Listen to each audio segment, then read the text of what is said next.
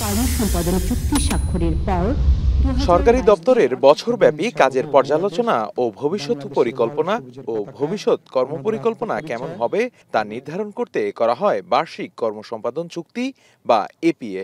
রাজনৈতিক দলের ইস্তেহার অনুযায়ী সরকারি অফিসগুলো প্রধান কার্যালয় থেকে ইউনিয়ন পর্যায়ে কোনভাবে কাজ করবে বা কত সময়ে তার ধারণা পাওয়া যায় এই চুক্তিতে। বর্তমানে প্রায় ২৬,০০০ দপ্তর এই চুক্তির আওতায়। হাবিবুর রহমান, বিপিএ। ২০১৪-১৫ অর্থ বছরে শুরু হওয়া এই কর্মসম্পাদন চুক্তি এবং শুদ্ধাচার পুরস্কার অনুষ্ঠান অনুষ্ঠিত হল সোমবার সকালে প্রধানমন্ত্রীর কার্যালয়ে। অনুষ্ঠানের শুরুতে প্রধানমন্ত্রী শেখ হাসিনার হাতে প্রতিটি মন্ত্রণালয়ের প্রধানরা গেল বছরের কর্ম তথ্য তুলে দেন। এ সময় এপিএ ও শুদ্ধাচার পুরস্কার ব্যক্তি ও মন্ত্রণালয়কে দেওয়া হয় মোট 10টি পুরস্কার, যার প্রথম স্থান অর্জন করে নিল বিদ্যুৎ বিভাগ। বক্তব্যে প্রধানমন্ত্রী বলেন, সুনির্দিষ্ট লক্ষ্য নিয়ে আগালে অবশ্যই উন্নতি করা সম্ভব। আওয়ামী লীগ সরকারের ইস্তেহার মেনেই উন্নয়ন কার্যক্রম চলছে বলেও জানান তিনি। আমাদের যে এই পরিকল্পনাটা, এটা খুবই স্বচ্ছতা নিয়ে আসে এবং ঠিক কার্য সম্পাদনটা কতটুকু কিভাবে আমরা করতে পারছি সেটাও মানুষের কাছে একটা গ্রহণযোগ্যতা পায় এবং একটা জবাবদিহিতামূলক নিশ্চিত হয়।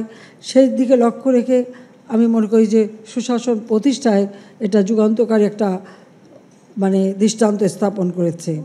এ সময় সরকারি কর্মকর্তাদের দুর্নীতি রোধে সরকারের ভাবমূর্তির চিন্তা না করে তাৎক্ষণিক ব্যবস্থা নেওয়ারও নির্দেশ দেন সরকার প্রধান। এ সময় তিনি কৃচ্ছ্রতা সাধনের পরামর্শ দিয়ে বলেন, কর্মক্ষেত্রে যে অর্থ ব্যয় হয় তার স্বচ্ছতা, জবাবদিহিতা নিশ্চিত করতে হবে। যাতে যারাই দুর্নীতির সাথে জড়িত থাকবে তাদের ভিতরে যথাযথ ব্যবস্থা নেওয়া হবে।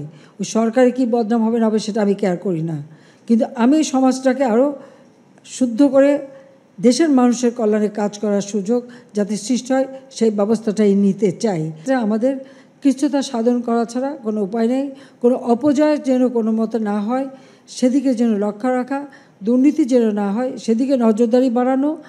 বক্তব্যের শেষ ভাগে কোটা আন্দোলন নিয়ে কথা বলেন প্রধানমন্ত্রী। বিশ্ববিদ্যালয়ের শিক্ষার্থীদের নিজেদের রাজাকার বলে দাবি করায় কড়া সমালোচনা করেন তিনি। বলেন, মুক্তিযুদ্ধের ইতিহাস জানলে এমন বলতে তারা লজ্জা পেত।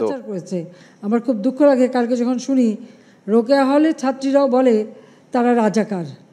তারা কি জানে ৭১ সালে ২৫শে মার্চ কি ঘটেছিল? সেখানে জীবনের মায়া ত্যাগ করে যুদ্ধ করে বিজয় এনে দিয়েছে। সেটা তো আমাদের ভুললে চলবে না।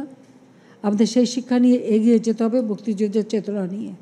প্রধানমন্ত্রী অনুষ্ঠানে সচিবদের নিজেদের বিবেক বুদ্ধি দিয়ে জনগণের কল্যাণে কাজ করারও আহ্বান জানান। ছিল প্রথম ২১ বছর, দেবরাজ দেব, এখন, ঢাকা। কিছু দিতে পারেনি, কিন্তু আমরা যারা মুক্তিযুদ্ধের চেতনা। শিয়া বাটার ও ভিটামিন ই সমৃদ্ধ lily glam beauty soap. Lily, always beautiful.